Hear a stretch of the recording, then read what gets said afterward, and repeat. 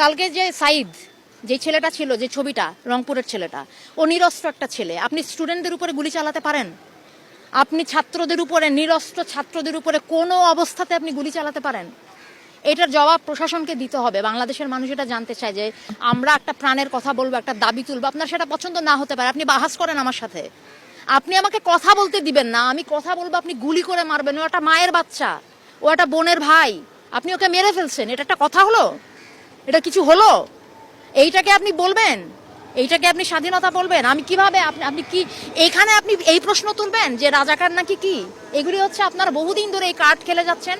মুক্তিযুদ্ধ আর কি, আমাদের এদের অনেকের জন্মই হয় নাই তখন, আপনারা এখনো এদেরকে রাজাকার বলেন। আপনার লজ্জা করে না? আপনারা এই বাচ্চাগুলিকে এই কথাগুলি বলেন? আপনারা লজ্জা করে না যে কেন এই ছাত্র গোষ্ঠী এরকম একটা আশ্রম? আপনারা কোথায় কিছু একটা ন্যায্যতার, কিছু একটা অধিকারের কথা বললে আপনারা বলেন যে রাজাকার? আরে আশ্চর্য কথাবার্তা! আমার স্বাধীন দেশে আপনি আমাকে, আমি আমার ন্যায্য অধিকারের কথা বলবো, আপনি কথায় কথায় আমার মুখে ছুঁড়ে মারবেন রাজাকার, কথায় কথায় ছুঁড়ে মারবেন রাজাকার। এটা কি ফাইজলামি? এটা বাংলাদেশ, এটা অনেক মানুষ, সাধারণ মানুষ এখানে যুদ্ধ করে স্বাধীন হয়েছে। আপনি সেটার, আপনারা সেই ক্ষেত্রে মুক্তিযুদ্ধ বিরোধী কাজ করেন। যারা কথায় কথায় রাজাকার শব্দটা ব্যবহার করেন, আপনারা নিজেরা আজকে বাংলাদেশের স্বাধীনতার পরিপন্থী মানুষ। আপনারা চর্চা করেন, শিখে আসেন, এই বাচ্চাদের কাছে শিখে আসেন স্বাধীনতা যুদ্ধ কাকে বলে। ওরা করছে সংগ্রাম, ওরা রাস্তায়, এবং আপনারাও করেন আপনাদের জায়গায়। দোহাই লাগে, আপনারা আপনাদের কাজ করেন। মানুষের একটা চিকিৎসা পেতে কি আপনাদের একটা শ্রেণীর মাথা ব্যথা হলে তারা সিঙ্গাপুরে দৌড় দেয়, আর আমার দেশের মানুষ মানে ক্যান্সার হয়ে গেলেও বা বড় বড় চিকিৎসার পয়সা না, এরা করবে না চিকিৎসা।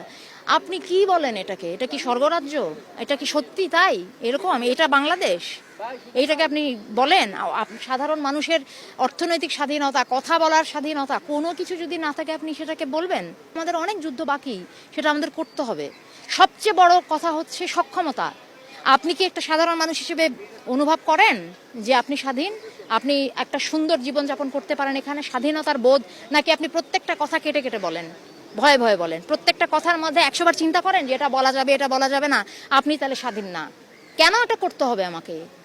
এইটার জন্য লাখো শহীদ জান দিল, এইটার জন্য এইটাকে আপনি স্বাধীনতা বলেন? আর এইটা যেটা মুক্তিযুদ্ধের পক্ষশক্তি যারা বলে নিজেদেরকে, তারা এখন ক্ষমতায়, তারা ক্ষমতায় থাকা অবস্থায় যদি আমাদের স্বাধীনতার বোধের এই অবস্থা হয়, তাহলে কাকে বিশ্বাস করবেন আপনি? কাজে স্বাধীনতার এখন অনেক বাকি, অনেক স্তরের স্বাধীনতা বাকি। হ্যাঁ, পতাকা